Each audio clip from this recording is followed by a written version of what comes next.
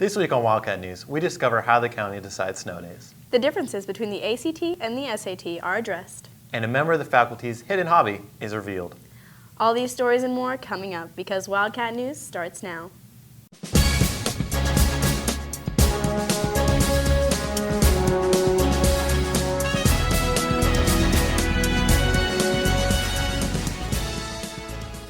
Good morning, West Johnston. I'm ARIEL Andrews. And I'm Nik Reasor. Recent weather has brought to attention that not all snow days involve actual snow. Tracy P. Jones, Public Information Officer, tells us how a snow day is decided. Due to weather conditions, school is closed tomorrow for students. Staff should report at regular time. Please remember, safety is a top priority for Johnston County Schools. You've heard the call, yet for many, the events leading up to the call are shrouded in secrecy. The process all begins with the National Weather Service's forecasts. Usually 24 to 48 hours prior to a storm coming, I'm in constant contact with the National Weather Service, and those updates change by the hour, sometimes by the minute. And then once we gather all that information, we share it with the superintendent. Of course, the superintendent is in communication with other superintendents and seeing what the other surrounding counties are doing as well. Once the decision is made, parents, students, and staff must be notified. The rule of thumb that we use is we want to make sure that we've informed everybody by 6 o'clock in the morning. Now, sometimes it's 3 o'clock the afternoon before, sometimes it's 5 o'clock the afternoon before. It just truly depends on how accurate the forecast is or how close the forecast is. Once the snow and ice melts, the fact of lost school hours needs to be addressed, often in the form of makeup days. The calendar law and DPI dictate how many days we have to go to school or how many instructional hours we're supposed to have. So because Johnston County has enough instructional hours, sometimes it doesn't warrant to make up a day because we are above what the state says we have to have in a year's time. So if we only miss 1 or 2 days, we might not actually have to make them up. If we miss a lot of days, then the state says you have to make them up. And every year when the calendar goes out, there are designated makeup days already built into the calendar. Sometimes the decision is complicated with other factors besides the weather, such as the most recent storm where power was knocked out for many students. All this makes the decision to cancel school very complicated. It's very difficult. It's very difficult because it doesn't affect just our students. It affects the parents, it affects the teachers, and it does affect our community at large. We had a lot of students who didn't have power this last go around, and that was very upsetting for some of the families that they were having to come to school and they didn't have power, whereas 98% of the rest of the county did have power, and it would have upset them to stay at home. So we really have to balance what's in the best interest and the safety for the student, and as long as we're focused on that, that's the decision that we need to go with, is what's in the best interest for the safety of all of our children. With the ACT and the SAT coming up in early March, the question is brought up, what's the difference between the tests? Anastasia Lonesky finds out an answer. The SAT and ACT are college entrance exams. Although both scores aren't necessary, most colleges still require at least one. Well, it's not necessary to take both of the exams in order to be admitted to a four-year college, but most schools will require that students have either one or the other, either the SAT or the ACT. I would say for some students, they inevitably do better on the ACT, than on the SAT. Along with other differences, the scoring difference between the two exams is a maximum of 36 for the ACT and a 1600 for the SAT. The main differences between the SAT and the ACT would be these. The SAT basically has 2 parts. There's the reading section and the math section, and now the writing section for our current juniors and students beyond that are graduating beyond this year. There's that optional writing section.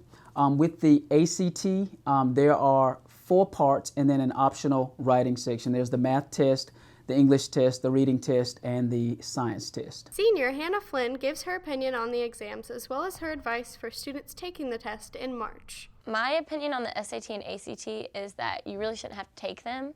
It's so standardized that it doesn't really help anything.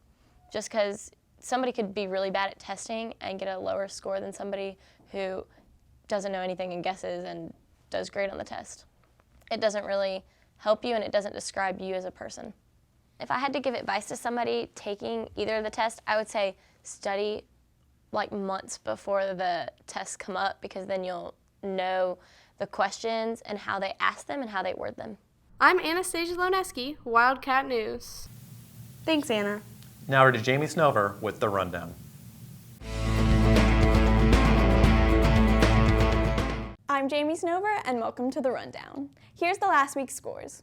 Last Tuesday, JV boys basketball lost 50-36, JV girls lost 54-7, varsity boys lost 68-25, and varsity girls lost 64-25 against Southeast Raleigh. Friday, varsity boys lost 81-52, and varsity girls lost 69-35. Here's a look at the game of the week. Last Tuesday, the Wildcats hosted the Southeast Raleigh Bulldogs. Here are some of the highlights. After a pass from Ryan Holmes, number 20, Wade Eatman throws up a floater. Will Bowser steals from the Bulldogs and passes to number 3, Ryan Holmes, who shoots a two-pointer in the first half. After a pass from JT Houston, Cameron Myers makes a three-pointer in the second half. Ryan Holmes shoots a three-pointer in the second half. Being a part of a team doesn't just include your performance on the court or on the field. It includes actions in the classroom as well. Chase Faircloth gets more details about the code of conduct. Every student-athlete has a code of conduct to follow. These rules apply not only on the court, but in the classroom as well. In my opinion, academics and behavior should affect an athlete's performance because a basketball program, especially where I'm concerned, it's a family, it's a group of individuals. My name is on them, their name is on me, we represent each other, and so if I'm going to put my behavior to a certain standard, I expect the same out of them. Varsity cheerleader Emma Deans find the rules to be reasonable. Coaches can make you sit out because it's like a punishment almost. Like if you don't do your work and you get in trouble, then you should be punished for not doing what you're supposed to do. If you pay attention and you have good grades and you don't get in a lot of trouble, then your coaches really respect you more. Some may question the relation of grades and athletic performance. Academics and athletics are definitely related in the sense that they're both going to contribute to making you a better person. You can win a championship in your given sport, but if it doesn't teach you anything that helps you handle the challenges of life, what's the point? So honestly, a kid who can't handle the pressures of the classroom will struggle to handle the pressures on the court in pretty much the same way. For basketball, the requirement is you have to have a C in every class if you're going to be eligible for full minutes. If you have a D, the teacher of that class has to waive you to play, and no child who fails plays for West Johnston basketball in any class at any time. I'm Chase Faircloth, Wildcat News. Thanks, Chase. The Greater Neuse River Conference cheer competition is tonight at home. Tickets are $7. Basketball is away on Friday and home next Tuesday. Come out and support all your winter athletes. I'm Jamie Snover, and that's our week's rundown. Thanks, Jamie. From yoga to CrossFit, taking care of your body has become all the craze. Katherine Serrell speaks with our SRO about her take on exercise.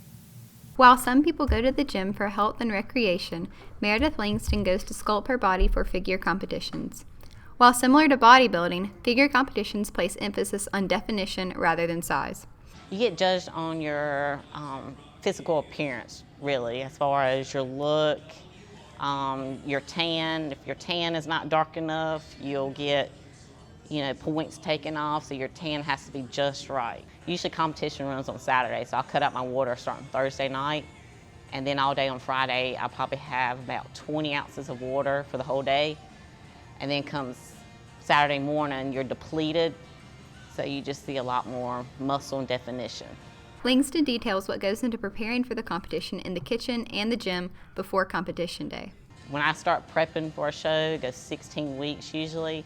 The time commitment as far as when I'm prepping for a show, I usually spend about 3 hours a day, like an hour first thing in the morning and then maybe 2 hours in the evening.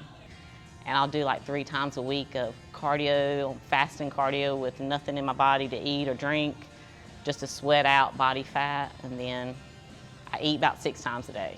What I eat mostly is just egg whites, oatmeal, fish, chicken, sweet potatoes. I get dolled up, put on makeup, dress my hair up, and put on a bathing suit and get tanned up. After winning 2 out of the 3 competitions she has competed in, Langston shares what keeps her going.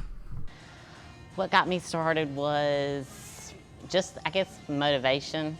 Give me something to look, a goal to look to, and it's an adrenaline rush, I guess. I'm Katherine Serrell, Wildcat News. Thanks, Katherine. Well, that's all for us this week. If you have any comments, questions, or story leads, email us at wjstudentmedia@gmail.com or send us a tweet at wjstudentmedia. And if you want to watch Wildcat News at home, on the go, or catch up on past episodes, go to wjstudentmedia.com or subscribe to our YouTube channel. I'm Nik Reasor. And I'm ARIEL Andrews. Thanks for watching and have a great rest of your week.